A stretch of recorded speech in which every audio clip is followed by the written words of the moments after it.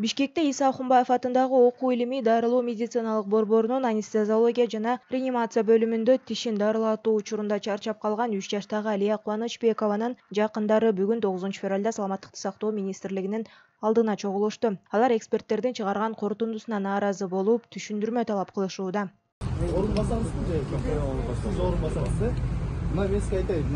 Судебно-медицинская экспертиза чыгарып атат заключение. Да, введенный препарат, в ходе введенных препаратов кетонала и аналгина произошел анафилактический шок кто-то, туралы. Анан кандай бу жерде кайра при судебно-химическом исследовании внутренних органов трупа Кубанычбековой Алии 2020 года рождения не обнаружены лекарственные препараты аналгин, адреналин, димедрол, дексаметазон, кетонал. Вы же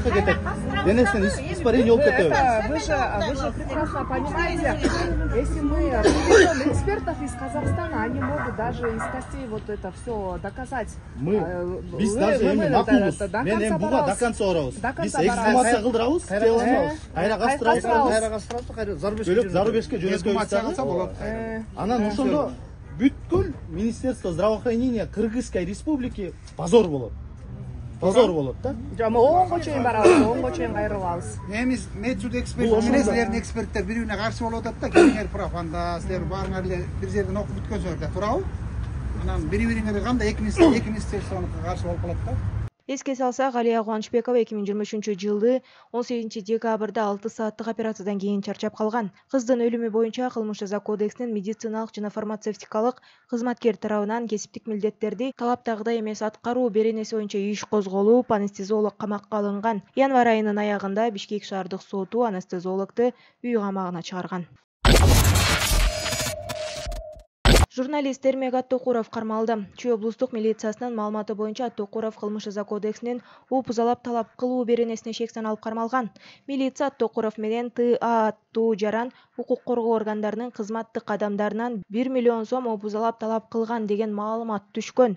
Бул факты Чүй облустук милициясына катталып, кылмыш иши козголгон. Эрмек Аттокуров талап кылган сумманын 100 000 сомун алып жатканда кармалып, убактылуу кармоочу жайга киргизилген деп жазылат маалыматта. Учурда тергөө иштери уланууда. Эрмек Аттокуров 2023-жылдын март айында кошунасы аны үйүнөн сабаганын айтып, Чүй облустук милициясы Сокулук райондук ички иштер бөлүмү чара көрбөй жаткандыгына даттанган. Ошол эле учурда Эрмек Аттокуровдун кошунасы таштандыны менин үйүмдүн алдына таштайсың деп ур токмокко алганын айтып арыз жазган. Бул иш боюнча Сокулук райондук соту былтыр Эрмек Аттокуровду күнөөлүү деп таап 30 000 сом айып салган. Ал бул чечимге каршы апелляциялык арыз менен Чүй облустук сотуна кайрылып, облустук сот тараптардын жарашуусуна байланыштуу ишти кыскарткан. Ал эми 8 февраль күнү Аттокуров Facebook'тагы баракчасына ага каршы Чүй облустук жана Сокулук райондук милициясы чагымчыл иштерди даярдап жаткандыгын жазган. Кошумчалай кетсек, Аттокуров буга чейин 5-каналда жана НТС телеканалында журналист болуп иштеген.